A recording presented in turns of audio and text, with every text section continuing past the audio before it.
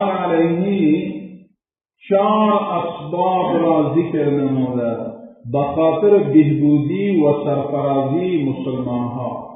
اولین همین است که همراه شیخ کامل و کسی که خداپرست باشه همراه از او ما شما باید هم رفتانت داشته باشیم، هم تعلق داشته باشیم، هم ششتن و برخواست داشته باشیم. همیشه بدون مادیات و بدون اغراض و بدون مفاد.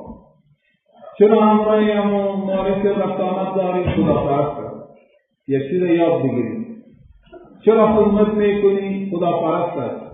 از همون کدام روشنایی در دل ما بشینه.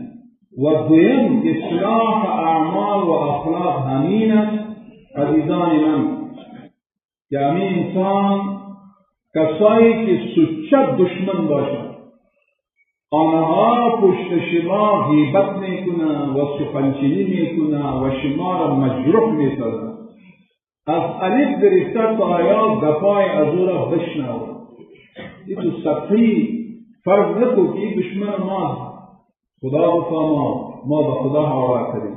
این تو گپا باید نباشه. کسی که دشمن ترین از تو دشمن است که اگر روی خودت ببینه تو از بین میبره.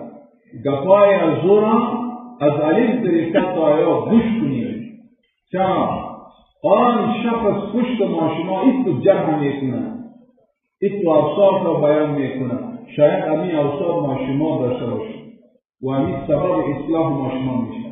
مولاي صل وسلم دائما أبدا.